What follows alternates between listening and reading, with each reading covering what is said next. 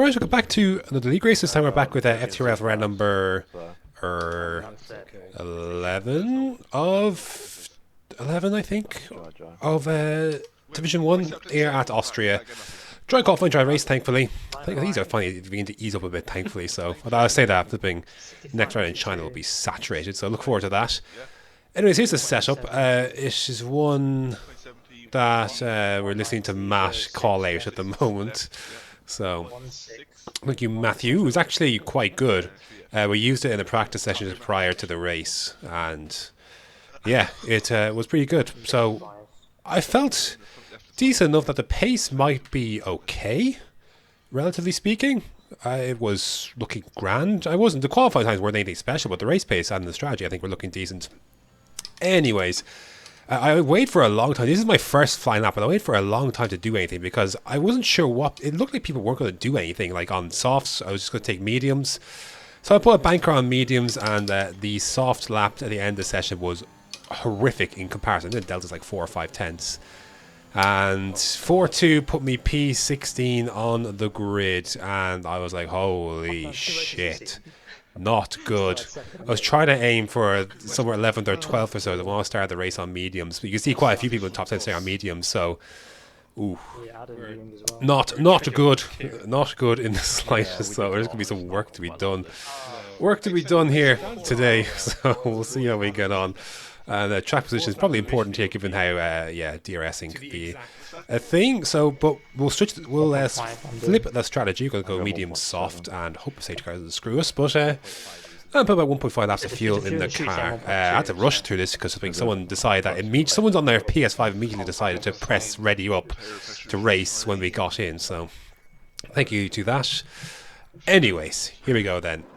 Trying to finally get underway. 36 laps can be a quick blast around here. Let's see how we get on. 5 red lights, and away we go. Now this is an absolutely brilliant start. Now this was done despite the fact I hit sway in the formation lap. We got sent to the grid early, so absolutely rocket start. Was delighted with that. Around the outside of Andois here as well, and boom, up to P14 already. We're going to stick with this first lap just to, I don't know. I left it in so because shenanigans happen later on in the lap. But this turn 3.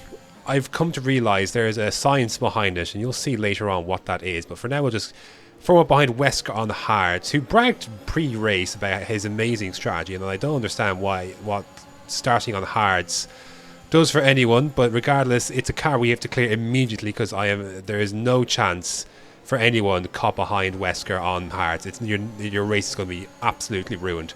So getting by here is going to be of utmost importance. Dan's got wing damage from Dylan, I believe, into turn 3. So we go through there. But honestly, with the delta for the mediums to hards is quite high. So there's a significant drop off. So we have to get by. You can see we're closing up, heading into this turn 9 here. You'll see it later. It's a little better than what it was pre-patch, but you don't spin at high speed anymore, but low speed is really, really rough. So, anyways, Fox started at the back. He's on softs. I made a little mistake out there, but I thought, you know what? Not that I could fight this anyway, but I was happy for him to go on because, maybe he might have a go at Wesker, and perhaps then possibly, I can capitalize from, I don't know, either like maybe been pushed wide or maybe been, I don't know, something to happen anyways up there to set him off. I had to defend there from Andois for the time being.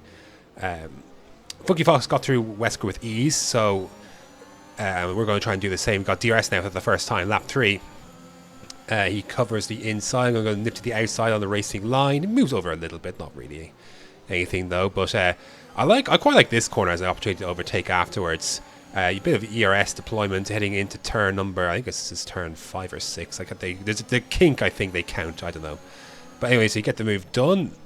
Not quite, bit of understeer, but we get the move done there on the exit. And just as we did, as Tomo Robbo retires from the race, just as we do, the VSC is deployed. I was like, a big sigh of relief after that. It's like, whew, glad we got that done. And we kind of just moved into a phase of the race where Wesker starts squabbling with cars behind. That's my first and only warning of this race. Wesker started squabbling with cars from behind, like Scuba and such. And we had this space where we're 4 seconds behind Chris and Adam and such. And this lead would grow to over 3 seconds between Scuba, Wesker, all that. However, it wasn't to last because the gap at the front to Chris was fairly consistent, mostly. The Lynx was making his way through the field. I think Lynx pitted, so he was making his way through the field, and Funky Chicken pitted as well. Several guys pitted from their softs onto mediums, some earlier than others, and Lynx got through then. So Lynx was able to negotiate that traffic, get through. So he moves on, and it won't be too long. Now, I have to say, there are a few VSCs in this race I just cut out, because like 4 or 5 of them, I don't know how many there were. Anyways, I think this is one of them, and we just exited one, I think. Anyways, Chicken then is going to get through. I didn't expect him to go for the move. I don't know why, but it looked like heading up he was a bit far back, and then obviously he wasn't. So that turn 3 is nonsense. You'll see later. If you're the car on the left-hand side, it is utter nonsense. You'll see plenty of it later. But anyways, that's the first car to really get through me there on turn 3 is Chicken. Fox was gone beforehand. Lap 20 I decided I was keeping up with Chicken and Lynx, and I was wanted to undercut. That is the curb in question. Low speed. I believe actually my teammate Ox actually ended up becoming a cropper on that later on. Dylan then retires. He was just behind it before he ended up into the pits. The safety car is deployed, and I didn't know what to make of it. In retrospect, I should be a little bit fuming because, you know, now Chicken. I don't know if Chicken or Lynx are going to be pitting anyways, but you know, I was definitely in a place to undercut them. That's what I wanted to do in case they were pitting again. And yeah, well, there goes that shit. After the safety car, so I was stuck to the Delta, and I was dying to get to this finish line so I could just flourish coming out here. And it's going to be close, but not close enough. Lynx is a bit further up the road. Chicken then has managed to replace his mediums for softs. And we're in good position though. We're in P6 with about 13 odd 14 laps to go at that point, and then heading on to 13 laps to go as we're about to end the safety car period here. So restart was fine. It was fine. I really just wanted to make sure Wesker didn't get anywhere near me because he's on mediums. What was that strategy? Mediums to end the race when everyone else went softs at Austria. I don't know. Now I know I just did the same thing in Brazil, but anyways, yeah, actually, yeah, can't really say much there, can I? The hards were a bizarre choice, anyways, to start. So it was whatever. Anyways, yeah, so whatever. I guess unless he meant to do it, I don't know. Lap 27 though, I've got company. Matt and Fox are coming. Matt was so generous he decided to give he had to run off the track there to give Leaf space. So Fox nips through, and I actually didn't know where Matt was going to rejoin. I thought he was going to keep the car in a straight line or something. But anyways, there he goes. And I thought my run here was fine, but my teammate's probably using a bit of energy. So this is where it starts to go a bit tits up because cars started to fly by. And 3 in 1 lap here, and then I've got Wesker behind me on mediums. So I was hoping to try and keep with it. See, I was still within DRS then. I was using a bit of overtake. I thought, okay, sure, he's going to be close enough to do it. I thought I broke Lake there, but the problem is then when you're in the car on the left-hand side, a car comes up your inside, you can't turn in. Basically, you can't turn in because the car behind you, the car beside you, just. How do I describe it? You can't, on the left-hand side, you can't just turn in because you break your wing. So the car on the inside has complete dominance and preference of how they take the corner. Some interesting racing going on up here, to be fair. So I really wasn't too happy with that in the moment because it's like I got forced off essentially in some ways, and like another car goes through, and it's like, what do you need to do? Like if you're the car on the left-hand side, like what are you to do in that? Like it's just you can't do it. The corner, the way it opens up, and the car on the inside is complete control. And if you try and turn in for a switchback or something, then your wing is going to go off, or whatever the case is, and you can just get run off into the road there into turn 3. So it's really frustrating corner. You're going to see it later too as well. This is complete botched. I tried to move out of the slipstream and just drove into the back of him. Somehow didn't damage my wing. That ended up being very costly, not getting that move done there. Very, very costly. Because here comes Andor's going to be coming next. I'm going to try and get by Wesker here. I'm going to try this for all my life to do this. Spending a lot of energy to do so. Go for the dive because I'm not impressed at this point with how things have gone. But anyways, the door is open. Wesker goes to the switchback. Again, my favourite overtaking place. Turn turn 5, 6, whatever it's called, and we get through. But it was not to be lived long because Scuba company there to like 1.42 seconds up the road. So I've got no DRS. I've now no ERS. Curb caught me there. I don't think I would have changed anything, but the curb got me there, and that was a half. Had me heart in my mouth there for a sec. So, does Wesker let his teammate go here, or is it up the straight? I'm not 100% sure where. Maybe that was later, but my exits of turn 1 were pretty conservative. I didn't want any like I've seen cars spin there. There goes one Ferrari, and here comes another. And again, left hand side, you can't you can't turn in, like, and you get bounced off, and your exit's compromised. And did I try to get? I couldn't fight him back here. I didn't have the ERS to do so.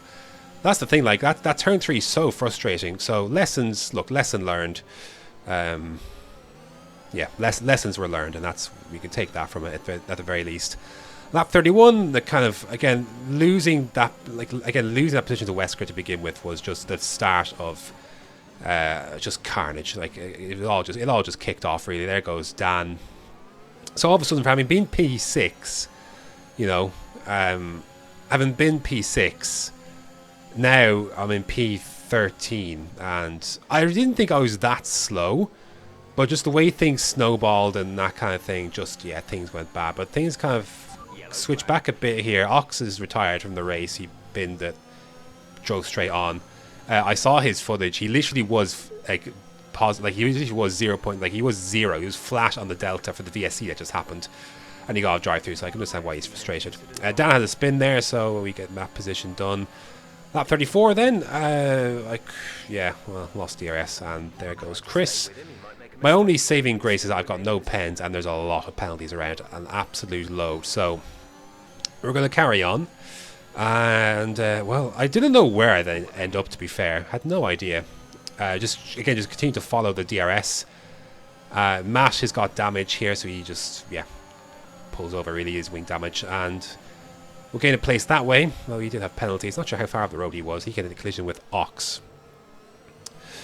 Anyways, we're going to move on then to the final lap of the race. Really, this race, I don't know. I felt my pace wasn't that bad. I just got swallowed in the last stint,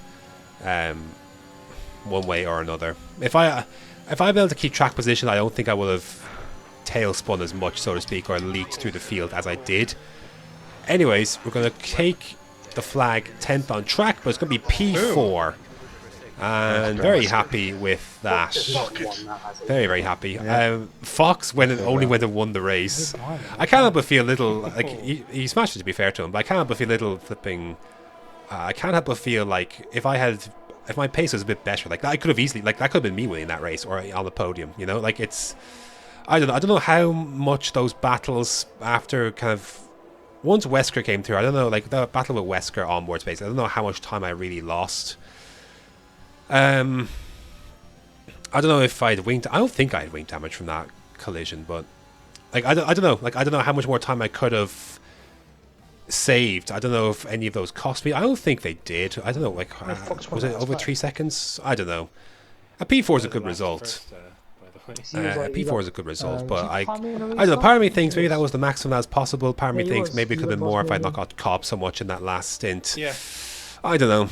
It's one of those. I think it was 2.7 or something, or whatever it was. I can't. The screen in front of me is really small, so I can't see. It's a good result. Don't get me wrong. It's a good result. I'm very happy with it. I just can't help but think maybe it could have been a little bit more. The podium, I think I've deserved for my one podium a season that is in threat of not happening this season. I have one more race to make it happen. I don't see it happening in China, so. I think I've been knocking on the door a few times. To be honest, I don't know. It's one of those things. But anyways, interesting race to say the least. And look, a good result at the end of the day is all I can't really complain about. P4 from that madness in that last stint. I should be very happy with that. So yeah, that's going to do it for round number 11, I think, of FTRL Division 1. Next up for the season finale is China. So yeah, should be fun stuff. Anyways, thanks for watching. And until next time.